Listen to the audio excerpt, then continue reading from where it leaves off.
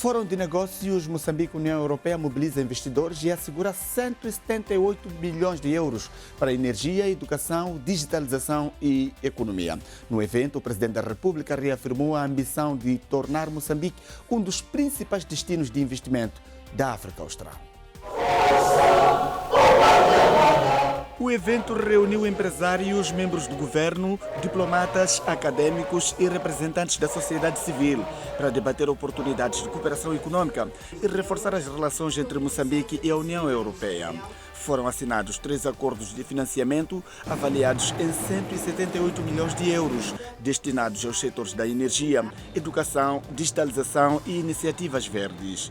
A União Europeia continuará a ser um parceiro fiável e de longo prazo, mas o sucesso depende de todos nós, depende da liderança, das reformas, da transparência e da nossa capacidade coletiva para criar um ambiente propício ao investimento, à inovação e à confiança.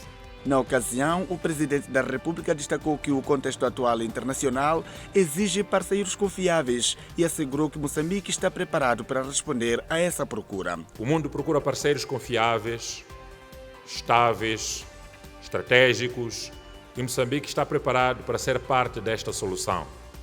Do Rovuma ao Maputo, do Zumbo ao Índico, o nosso país está a transformar a sua posição geográfica em posição estratégica. Daniel Chapo falou do papel relevante da União Europeia no fortalecimento do comércio, da indústria e das cadeias de valor. A União Europeia continua a ser um dos principais parceiros econômicos e comerciais da República de Moçambique, desempenhando um papel relevante no investimento, no comércio, no financiamento ao desenvolvimento, como acabamos de ver e testemunhar, na formação de capital humano e na modernização da nossa economia. Segundo Daniel Chapo, a transformação digital, o agronegócio e o turismo sustentável constituem setores prioritários para o investimento. Aos investidores aqui presentes, queremos transmitir uma mensagem clara de que Moçambique está aberto ao investimento de qualidade, porque acreditamos nas parcerias empresariais de longo prazo e, sobretudo, com os países da União Europeia que temos uma relação histórica. Chapo garantiu que Moçambique está a trabalhar para manter a estabilidade política no país. Uma missão empresarial esteve esta segunda-feira em Moçambique para explorar novas oportunidades de investimento e reforçar as relações econômicas entre os dois países. A delegação integra empresas de setores prioritários, associações empresariais e 5 confederações italianas. A iniciativa enquadra-se no Fórum Empresarial de 2 dias que arranca esta terça-feira, reunindo investidores europeus e moçambicanos para discutir oportunidades de negócio e identificar áreas de cooperação.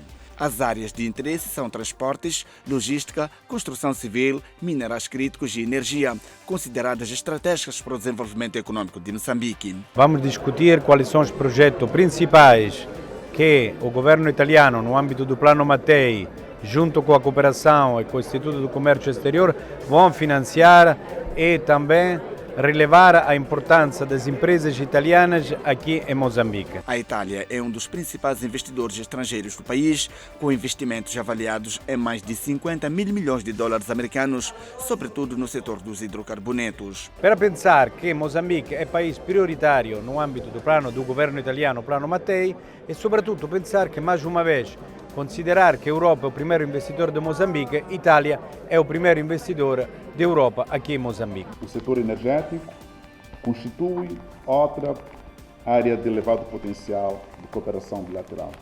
Moçambique possui um dos mais promissores potenciais energéticos de África, combinando reservas significativas de gás natural com vastos recursos hidroelétricos, solares, eólicos e outras fontes de energias renováveis.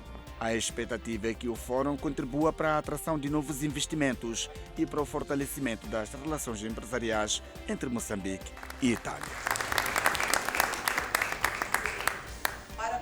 Ministro dos Transportes e Logística defende parcerias econômicas entre Moçambique e Itália baseadas na partilha de conhecimento, tecnologia e investimento.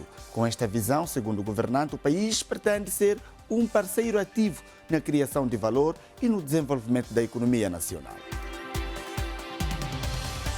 O ministro dos Transportes e Logística afirma que a aposta passa por transformar os corredores de Maputo, Beira e Nacala em plataformas logísticas competitivas, capazes de reduzir custos, facilitar o comércio regional e atrair investimentos para os setores estratégicos. Matlombe quer parcerias baseadas na partilha de conhecimento, tecnologia e investimento. Nós queremos crescer como Moçambique, não queremos estar aqui para que as empresas italianas desenvolvam sozinhas, mas queremos que as empresas italianas desenvolvam junto com os moçambicanos, com as empresas moçambicanas. E hoje temos essa oportunidade de estar aqui. Queria mais uma vez dizer parabéns porque o que nós tínhamos no passado, ou conversávamos no passado como intenção, hoje o Sr. Embaixador tem a oportunidade de ter aqui os empresários para poderem testemunhar esta sua iniciativa, essa sua vontade, essa sua determinação. O ministro destacou a importância do conteúdo local, da transferência de tecnologia e da capacitação das empresas moçambicanas para que o investimento estrangeiro contribua para a criação de emprego qualificado e o fortalecimento do setor privado nacional. E isso não começa hoje.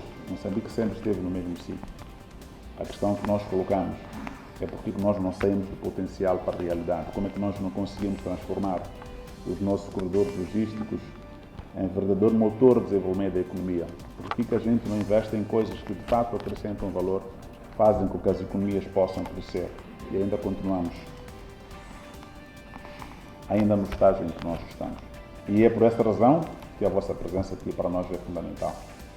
Não para dizer o que nós gostaríamos, mas dizer o que nós estamos a fazer. E como é que vocês podem entrar dentro do barco e seguirem conosco nesta aventura, neste desafio da transformação econômica. Acrescentou que os ganhos destas parcerias devem impulsionar a industrialização, a diversificação da economia e uma distribuição mais equilibrada da riqueza, promovendo maior inclusão social.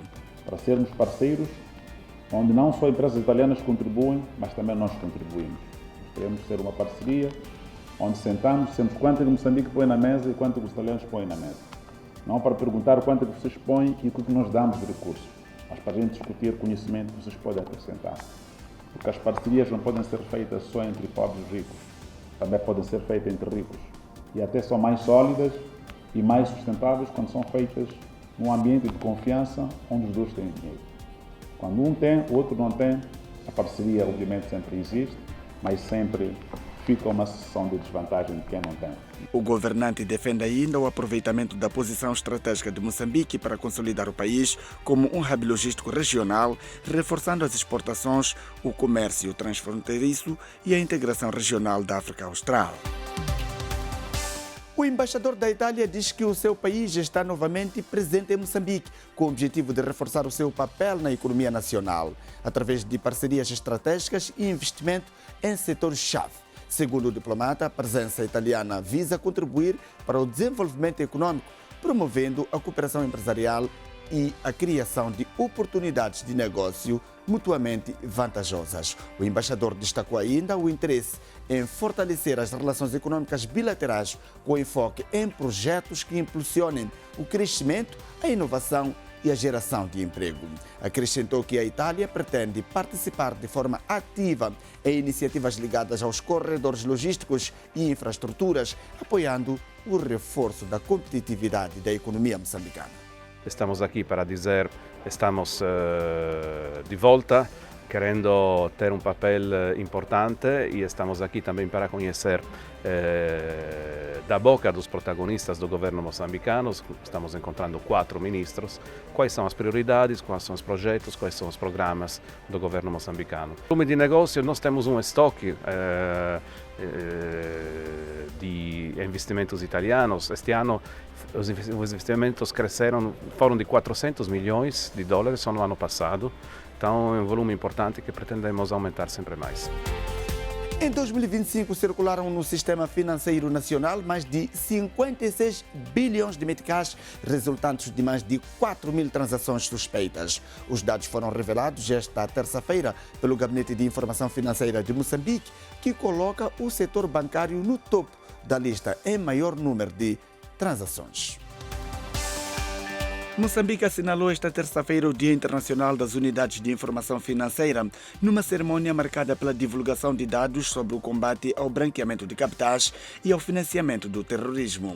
Durante o evento, o Gabinete de Implementação Financeira de Moçambique revelou que só em 2025 foram registradas mais de 4.000 transações suspeitas, envolvendo montantes superiores a 56 bilhões de meticais. Segundo a instituição, o setor bancário continua a liderar o número de comunicações de operações suspeitas, refletindo o papel central dos bancos na detenção e reporte de movimentações financeiras atípicas. Setor imobiliário, setor de jogos, setor de compra e venda de metais e pedras preciosas, setor de seguros, portanto, o setor financeiro, refiro-me ao setor bancário e às gestões de microfinanças, microcréditos, incluindo as instituições de moeda eletrónica, até este momento já comunicaram um valor de 4.639 comunicações de operações suspeitas. Portanto, esses dados são referentes já ao ano de 2025. Os dados apresentados correspondem aos casos que continuam sob investigação, num trabalho conjunto entre o GFI e outras instituições do Sistema de Administração da Justiça. As autoridades esclarecem que, caso se confirme a origem ilícita dos fundos ou dos bens adquiridos através destas operações, os mesmos poderão ser apreendidos e revertidos a favor do Estado. Estamos a falar de suspeitas apenas. Foram identificados, estimados um valor de 56 bilhões 526 milhões de meticais. Na sessão de abertura, a secretária permanente do Ministério das Finanças defendeu o reforço das capacidades técnicas, humanas e tecnológicas do GFIM face às crescentes sofisticações dos crimes financeiros e aos desafios impostos pela digitalização das operações econômicas. A partilha célere de informação, a coordenação institucional e a confiança mútua entre os diversos atores nacionais e internacionais são elementos indispensáveis para o sucesso desta missão. Criado para prevenir e combater o branqueamento de capitais e o financiamento do terrorismo, o Gabinete de Informação Financeira de Moçambique reforçou recentemente a sua presença nos mecanismos internacionais de cooperação. A instituição é, desde o ano passado, membro pleno do Grupo Egmont, uma rede internacional que reúne unidades de inteligência financeira de todo o mundo e promove a troca de informação no combate à criminalidade financeira transnacional. No primeiro espaço da análise, falamos das transações suspeitas anunciadas pelo Gabinete de Informação Financeira do Ministério das Finanças. Circulou no Sistema Financeiro Nacional mais de 56 mil milhões de meticais em 2025.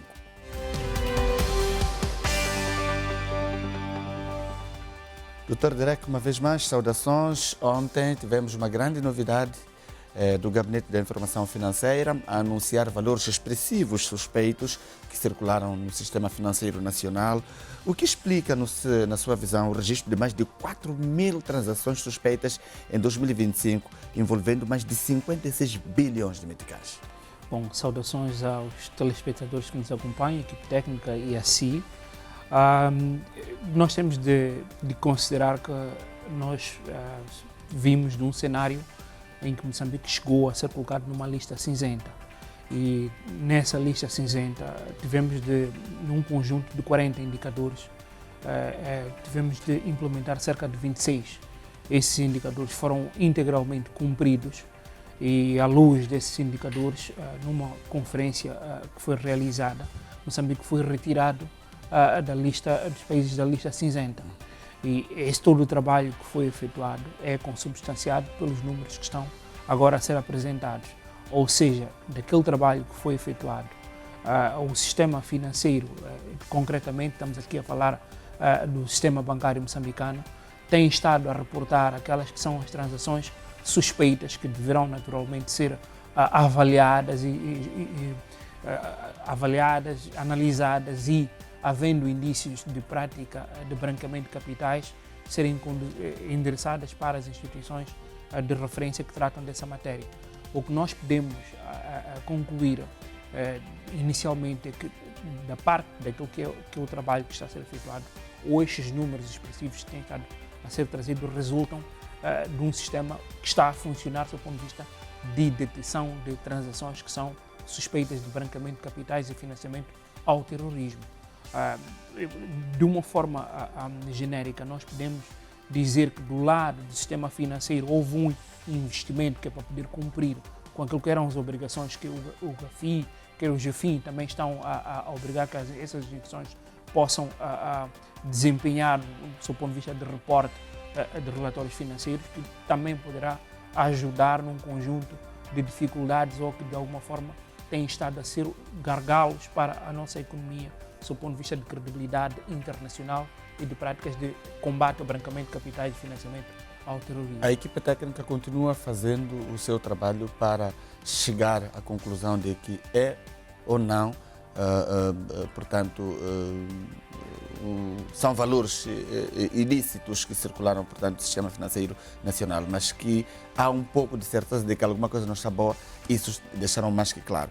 Há uma outra questão que eu gostava de colocar assim: nós conseguimos controlar apenas os valores que circulam no sistema financeiro convencional, estamos a falar de bancos comerciais, mas temos as carteiras móveis onde as pessoas não fazem o registro nenhum, não declaram nada, depositam 1 milhão, 2 milhões de meticais e tudo está a andar. Não, será que nós estamos em risco de um dia despertarmos e constatarmos que realmente as carteiras móveis é que estão a movimentar esses valores para o branqueamento de capitais e o financiamento ao terrorismo? Bom, o risco, existe um risco potencial, existe essa alta probabilidade de que isso possa acontecer ao olhar para os indicadores. Mas nós temos de alguma forma, primeiro há o aspecto que o setor formal muitas vezes é aquele que sempre que há uma imposição legal é o que muitas vezes sofre porque tem de implementar de forma rigorosa todos os critérios que são aplicáveis. Neste caso, o setor formal, que é o setor financeiro, que é o conjunto de bancos, tem estado a cumprir com as regras, foi feito um investimento. Agora, existe um outro desafio, que ele está ao nível das carteiras móveis e não só. Olhamos para as carteiras móveis, mas também para uma elevada circulação de recursos em cash, estamos a falar em dinheiro vivo. Nós ainda temos práticas que permitem que os indivíduos possam adquirir imóveis, estamos a falar de viaturas e por aí diante, com altas somas em dinheiro vivo. São alguns desafios que a nossa economia está a enfrentar, que é preciso trabalhar. No que toca ou no que se refere às carteiras móveis, nós sabemos qual é o papel que as carteiras móveis desempenham do ponto de vista de incremento do índice da financiarização, da bancarização da própria economia. Agora, há um trabalho, do ponto de vista de práticas de branqueamento de capitais, financiamento ao terrorismo, que é muito presente nessas componentes. Aí é onde é necessário fortalecer os instrumentos de QIC, do AML, que devem ser implementados, mas esse trabalho tem de ser feito em conjunto com as instituições que fazem investigação, com o modelo de reporte de transações que são suspeitas. Deve existir um trabalho enorme que deve ser feito do ponto de vista do nosso GEFIN e as carteiras móveis para incrementar aquilo que é o volume de reporte dessas transações. Também sente que há uma colaboração entre os bancos comerciais e as autoridades, porque quem recebe esses valores são os bancos. Eles, claro que fazem questões da origem desse valor e fazem um registro. Depois, eles reportam quando sentem que alguma coisa não está boa. Bom, falando por experiência própria, eu poderia dizer que do lado do setor financeiro, por lado do banco, houve um alto investimento. Esse investimento é o que justifica os números que têm estado a ser reportados pela via dos bancos. Agora, existem outras componentes que os bancos por si só não conseguiriam resolver. Existem aquelas que são as entidades não financeiras. Estamos a falar na componente do registro de imóveis, aí nós vamos incluir não só os funcionários das conservatórias, mas também as entidades que, escritórios de advocacia e por aí em diante, que têm estado a ser referenciadas, ou seja, é um trabalho que deve ser desenvolvido de forma conjunta com todas as entidades que devem estar preocupadas. Aqui nós envolvemos escritório de advogados, envolvemos os agentes bancários, estamos a falar dos agentes de carteiras móveis, envolvemos as operadoras de carteiras móveis e incluindo o próprio Banco de Moçambique, que também tem estado a apertar nesta questão prudencial. Agora, é importante reforçar esses mecanismos também sem ignorar a questão da bancarização da própria economia, que é a necessidade de nós incluirmos, passarmos a ter mais transações dentro do próprio setor financeiro.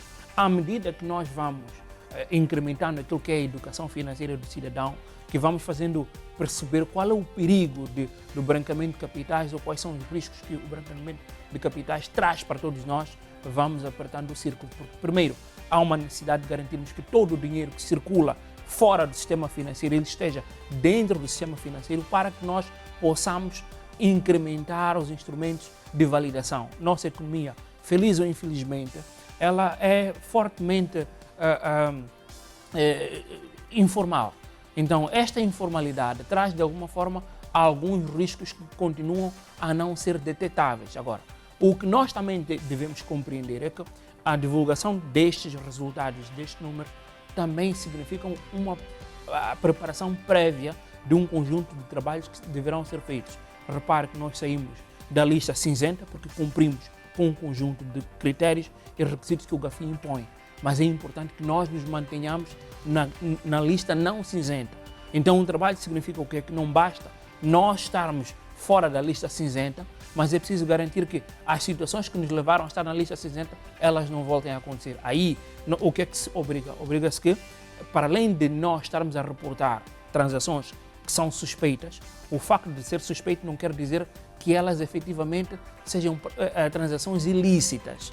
Há uma necessidade de um alerta, o sistema está a alertar aos reguladores e às entidades que devem velar por essas situações, porque existem transações suspeitas. Aí precisamos de ter os tribunais, a procuradoria a investigar, e essas investigações devem conduzir à recuperação de ativos para o Estado, havendo práticas ilícitas, naturalmente, de branqueamento de capitais ou de financiamento de terrorismo, que é parar com a prática de crimes. Então, ou seja, temos de evoluir para além destes reportes que estão a ser feitos.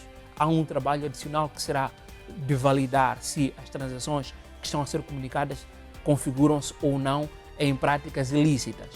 A digitalização, portanto, pode ser uma das grandes saídas para resolver esses problemas, tendo em conta que o Estado está a conseguir recuperar muito dinheiro que foi perdendo com este sistema. Portanto, fala da digitalização das operações econômicas, que pode, de certa forma, influenciar aquilo que é a resposta, uma delas que é essa que acabamos de receber ontem. Bom, é uma das vias que nós podemos utilizar pela parte das instituições públicas. E quais são as outras? As outras vias é nós mudarmos os hábitos culturais da utilização de dinheiro em cash. Repare que, pelo exemplo que nós estávamos a dizer, uma das práticas de branqueamento de capitais é a aquisição de imóveis.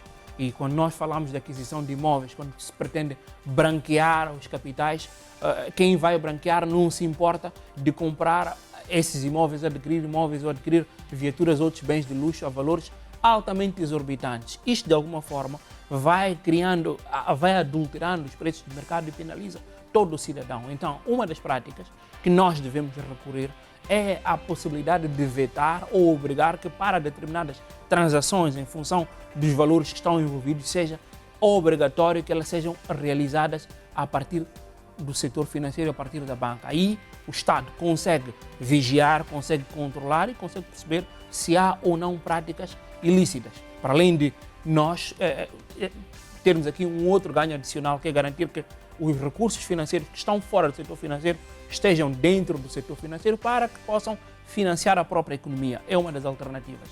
A outra, se nós passarmos a desmaterializar as operações financeiras, deixarmos de utilizar dinheiro vivo e passarmos a transacionar dentro das carteiras móveis ou da banca tradicional, nós garantimos que mais transações e mais entidades possam ser controladas. Não vai ser só funcional nas zonas urbanas? Como é que nós resolvemos isto nas zonas suburbanas, por exemplo? Até suburbanas podem também conseguir resolver problemas nas zonas campesinas. Bom, aí é como estávamos a dizer, há um desafio que deve ser feito em 360 graus. Esse desafio, naturalmente, obriga que o Banco de Moçambique continue em parceria com os bancos comerciais, que é a garantir que a rede de agências ela possa ser estabelecida nos locais mais longínquos. E aquelas pessoas que não têm telemóveis, por exemplo, como é que se resolve com isso? Ou dentro da família há sempre alguém que tem telemóvel? Não, nessa perspectiva, como é que... Não necessariamente nessa perspectiva. Há temas que não vão ser resolvidos em um ano. Daí que nós estávamos a dizer que existe um trabalho que deve ser feito junto à banca comercial em garantir que existam agências e agentes bancários em todos os locais. Essas agências bancárias do setor financeiro devem naturalmente cumprir as regras e garantir que os agentes bancários que não são necessariamente bancos possam cumprir as regras de reporte de transações suspeitas. À medida que nós vamos alargando a rede de bancos, a rede de agências para os postos mais longínquos e que nós vamos garantindo que existam carteiras móveis, que elas cumprem com as regras, nós permitimos que esses recursos entrem para o setor financeiro e possam ser controlados. O maior desafio neste momento que o país está a enfrentar não é só o ponto de vista das transações que ocorrem dentro do setor financeiro, porque, de contrário, nós não teríamos transações a serem reportadas nessa dimensão. O desafio coloca-se das transações que ocorrem fora do sistema financeiro, que nem é possível sequer reportar e alertar, porque, de contrário, nós não estaríamos a discutir se estes números não tivessem sido reportados pelas instituições financeiras que estão a cumprir. Então, qual é o desafio? É que nós temos, de tempos em tempos, a alargar aquilo que é a rede de agências financeiras. Estamos aqui a falar de agências bancárias e de agentes bancários, incluindo das carteiras móveis. No caso das carteiras móveis, aí, naturalmente que há necessidade de termos cuidado ao analisar as transações, mas existem critérios de georreferenciação, do AML, garantir que os indivíduos que estão a realizar determinadas transações podem eventualmente comprovar que são elas mesmas e que o Estado pode a seguir ir atrás dos mesmos. Doutor, este repórter, que mensagem transmite para a comunidade internacional? Moçambique, nos últimos tempos, está duramente a combater o branqueamento de capitais, a combater desvios de fundos. Estamos a transmitir uma mensagem de que estamos preparados e há mudanças. Bom, a principal mensagem que é transmitida é que nós passamos da visão performativa, de que existem instrumentos, que Moçambique tem instrumentos e que tem instituições. O que nós estamos a dizer é que as instituições existem, elas estão a executar um trabalho, que esse trabalho naturalmente tem alguns desafios, que é passarmos para a fase de análise dessas transações que são suspeitas, para a validação se elas passam do suspeito para atividades ilícitas efetivamente. Então, o maior sinal que está a ser transmitido, para além disso, estamos a dizer, é um sentido de credibilização das instituições. Naturalmente que o trabalho não está concluído. A partir de 2027, nós passaremos a reportar à luz fora já do critério da lista cinzenta. Através da Egmont? Da Egmont, do GAFI e de outras instituições. Ou seja, o maior desafio que o GAFI está a trazer, do ponto de vista de reporte, é uma preparação sobre aquilo que se vai reportar depois da saída de lista cinzenta, que vai ser feito a partir de 2027. Então, há um trabalho que deverá ser feito.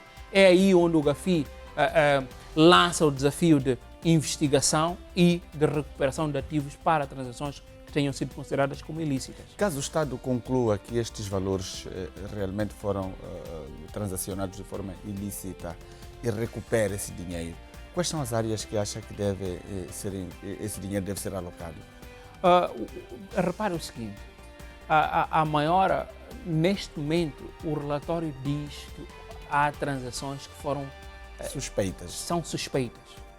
E essas transações suspeitas, o que nós devemos depois compreender depois disso, é o que é que foi feito, ou o que é que acontece quando as transações são determinadas como suspeitas. As contas são bloqueadas, não sendo bloqueadas... Pode-se tratar de um registro apenas, mas que não tenha dinheiro já na banca. Efetivamente.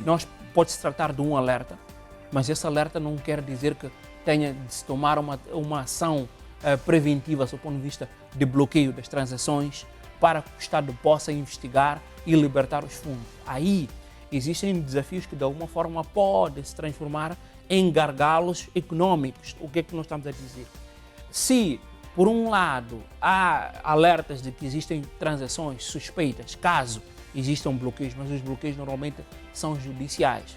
Pode-se dar o caso de que as transações sejam efetivamente ilícitas, mas porque não houve um trabalho célere, do ponto de vista de bloqueio, julgamento, e caso sejam ilícitas, o Estado possa recuperar os ativos e, não sendo, permitir que aqueles que estavam a realizar transações que não são até ilícitas possam ter a posse de seus recursos e transacionar. deve haver um cuidado sob o ponto de vista de maior celeridade no tratamento destas questões.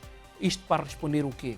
Que, sendo estas transações efetivamente ilícitas, tendo havido bloqueios, é possível recuperar. Caso não existam estes bloqueios, nós estaremos num cenário de emissão de alertas que não querem dizer que os recursos possam efetivamente estar. Agora, não nos esqueçamos que o Estado tem meios, de alguma forma, de recuperar os ativos, quer seja, ainda que esses ativos tenham sido utilizados para outros fins, naturalmente que os indivíduos têm sempre ativos, têm bens que o Estado pode recuperar em função da lei que seja aplicável no nosso caso. Direct até na próxima quarta-feira. Até quarta-feira. Yeah.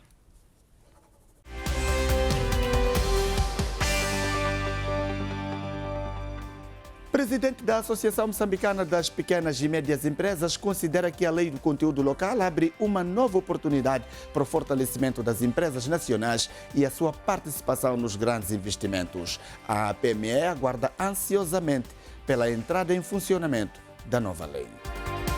Pedro Silva entende que o diploma deve permitir que as PME aproveitem as oportunidades criadas pelos grandes projetos, sobretudo nos setores de petróleo e gás, através da sua integração nas cadeias de fornecimento. Como já tivemos a oportunidade de parabenizar o Governo pela promulgação da Lei de Conteúdo Local, daí só esperamos que realmente renasçam oportunidades para as PMEs e para Moçambique, para todos os moçambicanos em geral. Sobre este fórum, a Itália sempre foi um país irmão, um parceiro forte. Hoje estão aqui para mais uma vez apoiarem-nos com esses acordos que vão assinar com o município de Chimoio, de Pemba, para a transformação de cidades verdes. O presidente da APME defende que as parcerias devem assegurar transferência de tecnologia, conhecimento técnico e acesso a capital, elementos fundamentais para aumentar a capacidade produtiva e a competitividade das empresas moçambicanas. O setor privado espera o surgimento de novas oportunidades de negócio que contribuam para o crescimento das PME, a criação de emprego e o fortalecimento do tecido empresarial nacional. Os interesses principalmente têm a ver no conhecimento, não é? Nós sabemos bem que eles têm um know-how muito forte, têm muita tecnologia, têm capital para poder investir em Moçambique e nós o que pretendemos como pequenas e médias empresas é poder fazer joint ventures, podermos apresentar os nossos projetos e quem sabe até termos investimentos dedicados. A implementação efetiva da lei do conteúdo local poderá aumentar a participação das empresas moçambicanas nos grandes projetos e garantir maior retenção da riqueza na economia nacional. A Federação Moçambicana de Empreiteiros considera que a promulgação da lei do conteúdo local e a realização de encontros com empresários estrangeiros devem constituir uma oportunidade para a recuperação das empresas nacionais fragilizadas por diversos choques econômicos. A agremiação defende o cumprimento rigoroso do novo instrumento para que se traduza nos objetivos pelos quais foi criado.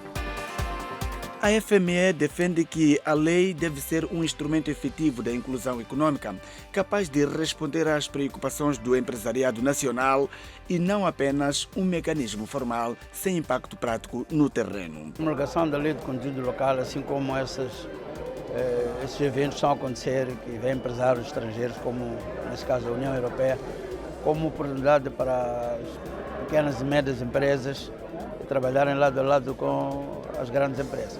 Esperemos que a aprovação da lei do conteúdo local seja, portanto, uma oportunidade para, na prática, acontecer a acomodação das micro, pequenas e médias empresas. Porque temos reparado nos últimos tempos que as empresas, portanto, têm dificuldade de trabalhar com os pequenos e têm dificuldade, muitas das vezes, de subcontratar as pequenas e médias empresas, mesmo para a prestação de alguns serviços de pequena dimensão. A Federação Moçambicana de Empreiteiros defende que a implementação do diploma deve garantir o respeito pelas empresas moçambicanas, assegurando maior participação nos projetos e condições mais justas de concorrência com empresas estrangeiras. Então, com a promulgação dessa lei, achamos que temos um instrumento legal para se exigir e o nosso trabalho como Federação Moçambicana de Empreiteiros é garantir que as empresas que estão, tanto a entrar no país como essas que fazem parte desta delegação, sejam, portanto,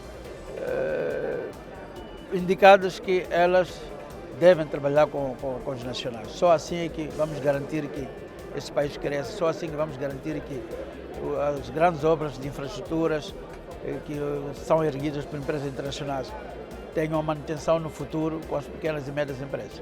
A instituição alertou ainda para o desafio do custo do financiamento em Moçambique, sublinhando que as empresas estrangeiras beneficiam frequentemente de acesso a capital mais barato, o que cria assimetrias competitivas no mercado. Sabemos que as empresas estrangeiras e internacionais, sobretudo, que operam aqui no mercado, vêm com dinheiro barato porque têm o suporte financeiro dos seus países.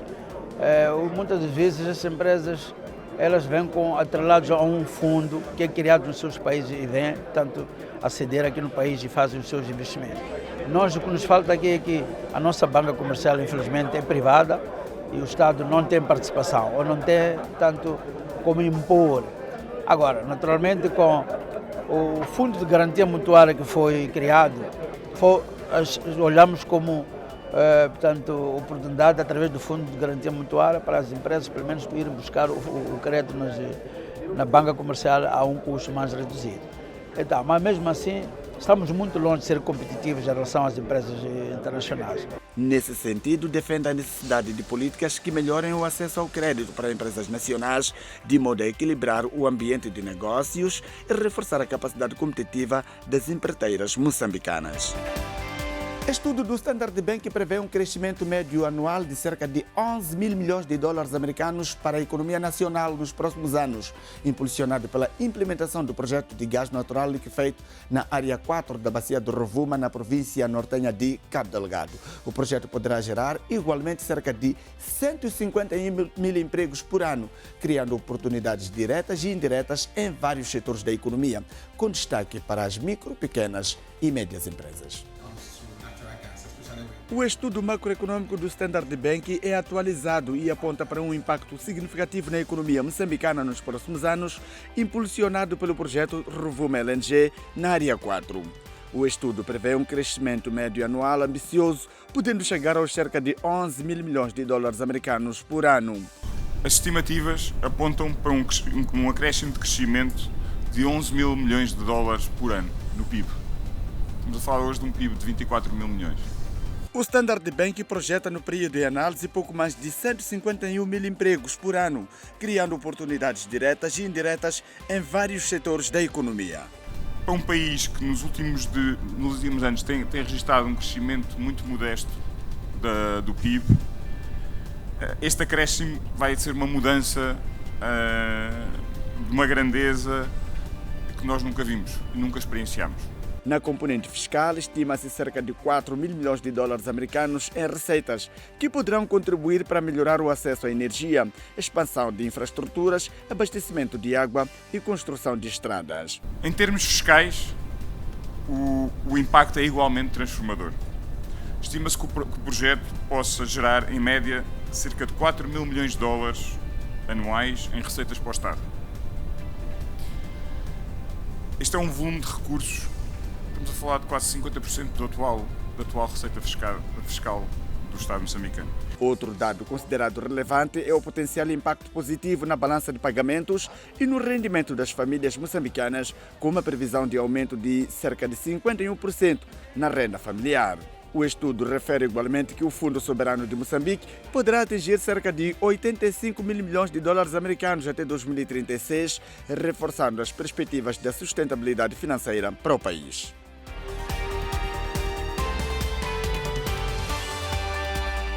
No segundo espaço de análise, vamos falar das perspectivas econômicas para 2026, olhando para o estudo anunciado pelo Standard Bank, que diz que Moçambique poderá registrar um crescimento anual de cerca de 11 mil milhões de dólares americanos a partir de 2032. Dr. João Garingani, muito obrigado por ter aceito o nosso convite. O Standard Bank fez recentemente um estudo muito profundo sobre as projeções da nossa economia nos próximos tempos, dizendo que poderá gerar um impacto anual de cerca de 11 mil milhões de dólares americanos. Quais são os principais pressupostos que sustentam esta projeção, na vossa ótica? Muito obrigado, Malat, por este convite. Gostaria também de saudar os seus telespectadores deste programa que é muito importante para a nossa própria educação sobre a economia. Deixe-me primeiro referir que nós efetuamos este estudo macroeconômico sobre o impacto do projeto Rovuma LNG com o objetivo de oferecer uma perspectiva independente e técnica sobre o impacto destes projetos e como podem impactar empregos, o PIB e o Produto Nacional Bruto. Indo direto aos pressupostos, há um conjunto de pressupostos que foram assumidos aqui. O primeiro é com relação ao nível de extração de produto que será exportado, que será a fonte de geração de receitas para os projetos de LNG. Nós assumimos que o projeto de Rovuma LNG irá produzir cerca de 18 milhões de toneladas por ano. Isto será exportado, irá gerar um certo nível de rendimento. E este nível de geração no pico irá de 2032 a 2054. Esta é uma assunção. A segunda assunção tem a ver com o timing do início do projeto. Na linguagem técnica, os projetos chamam isto de Financial Investment Decision, que é a decisão final de investimento para os projetos poderem arrancar. Há aqui uma assunção que isto ocorre dentro de 2026. E o projeto Rovuma irá avançar nesta altura e que os projetos irão ocorrer dentro do calendário de construção.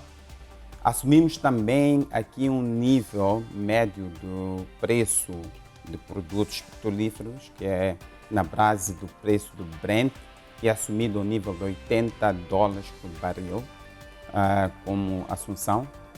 Mas talvez a maior assunção que nós colocamos aqui é que os proveitos do projeto serão reinvestidos na economia ou com as coletas fiscais e importa referir que a conclusão é que cerca de 80% dos benefícios irão advir do reinvestimento na economia e não necessariamente do projeto principal. Toda a projeção pode encontrar alguns entraves ao longo do processo. Está a falar de uma projeção que começa já a gerar impactos a partir de 2032, como bem disse. De que forma o Standard Bank avalia, por exemplo, os riscos que podem,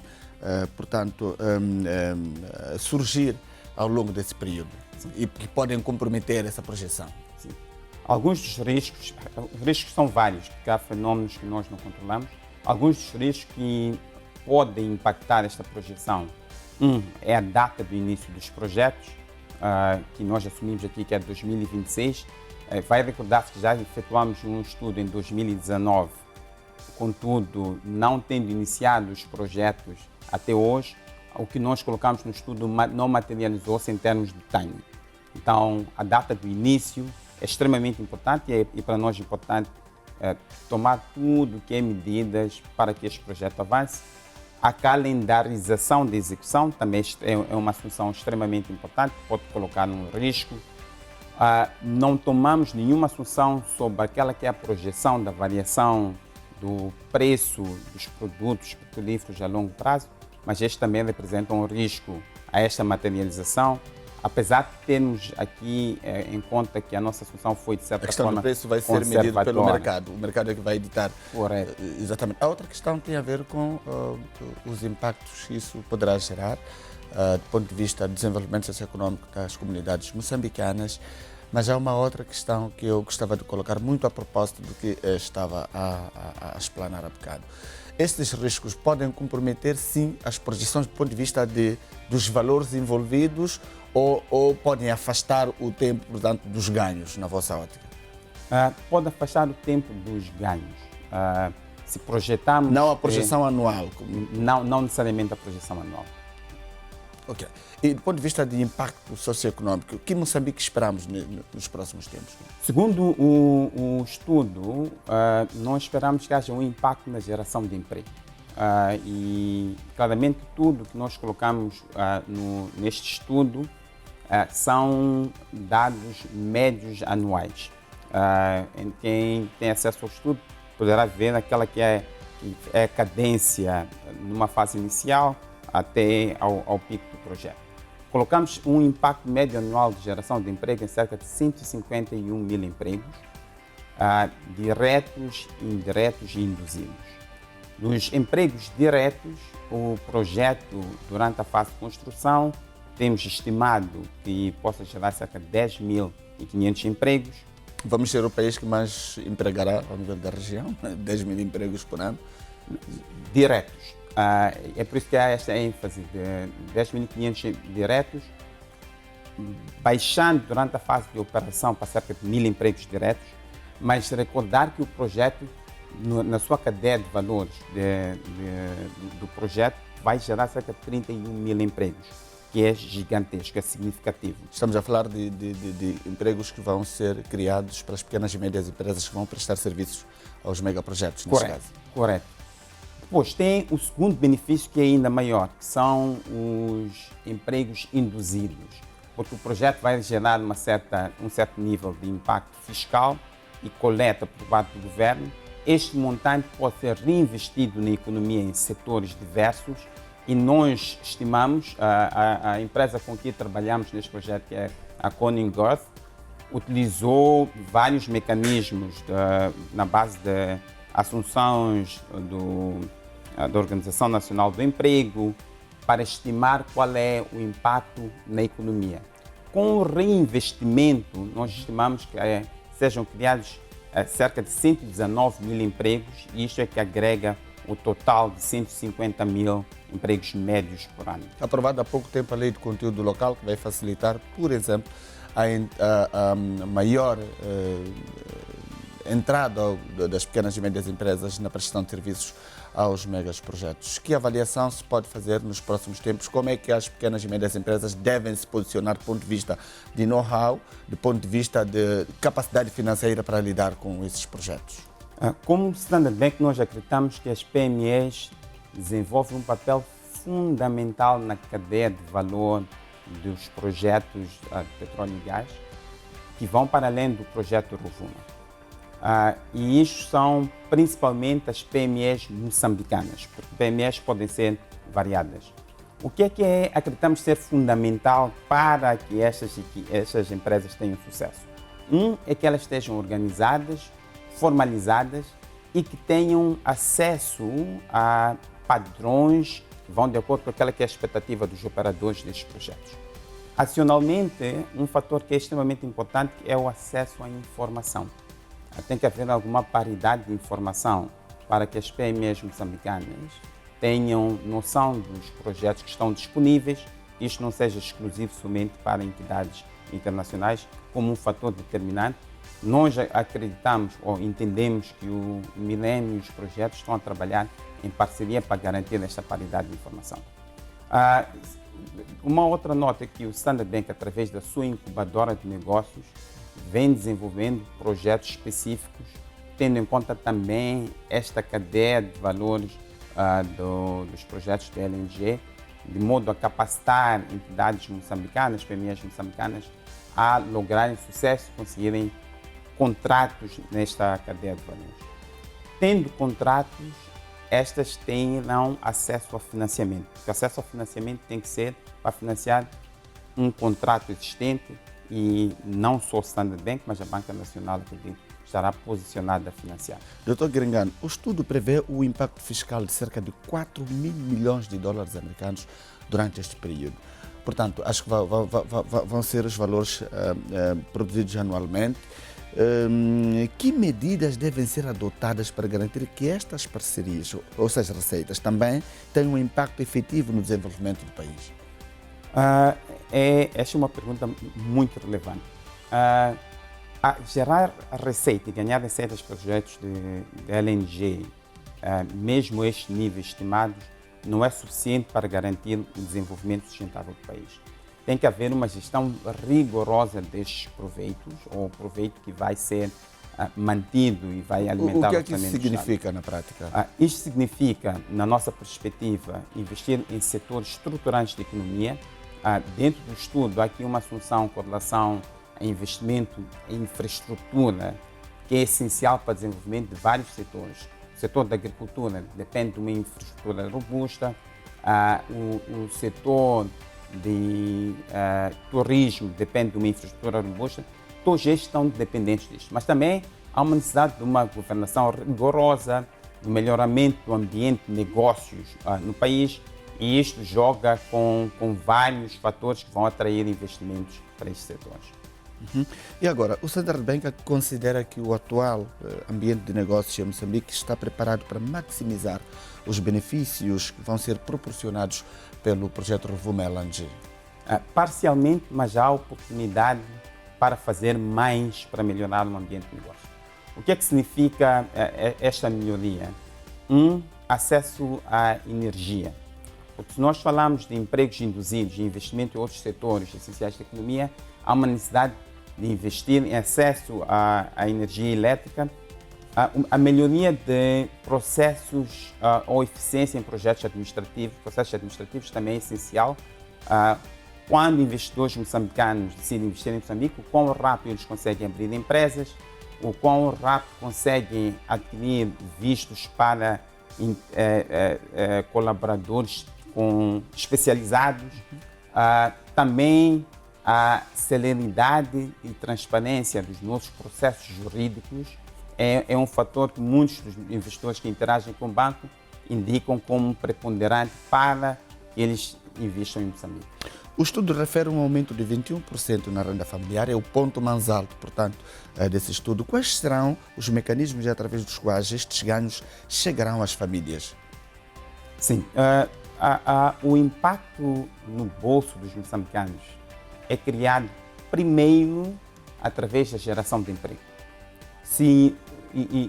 Com uma geração de emprego induzida, poderá haver um impacto multiplicador na economia, e é por isso que é muito importante ver como haverá um investimento na economia para que estes empregos sejam gerados. Também há uma assunção com relação ao investimento em projetos sociais.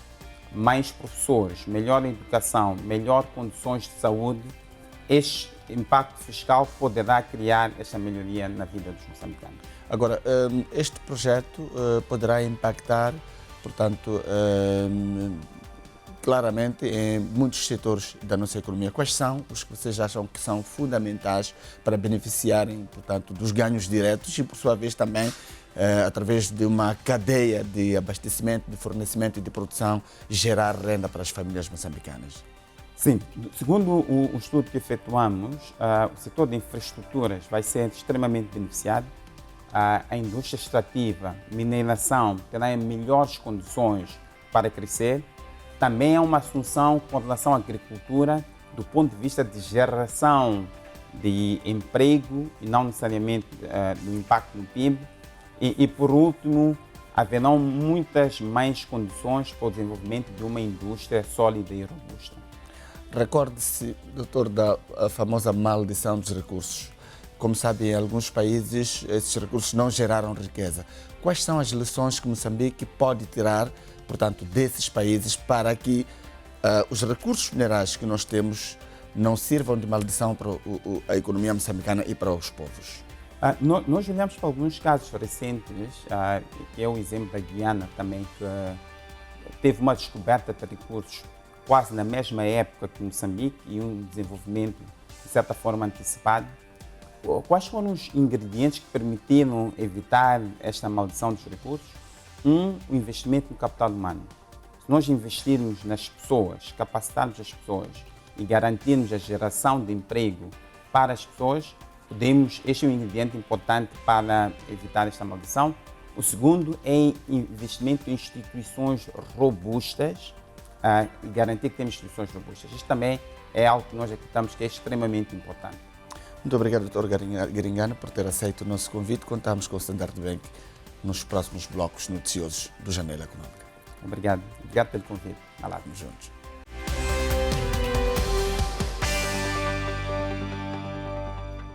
Vamos agora conferir a informação cambial que nos é fornecida pelo Banco de Moçambique. As tabelas refletem as taxas praticadas nas transações entre o Banco Central e a banca comercial e entre os bancos comerciais e o público.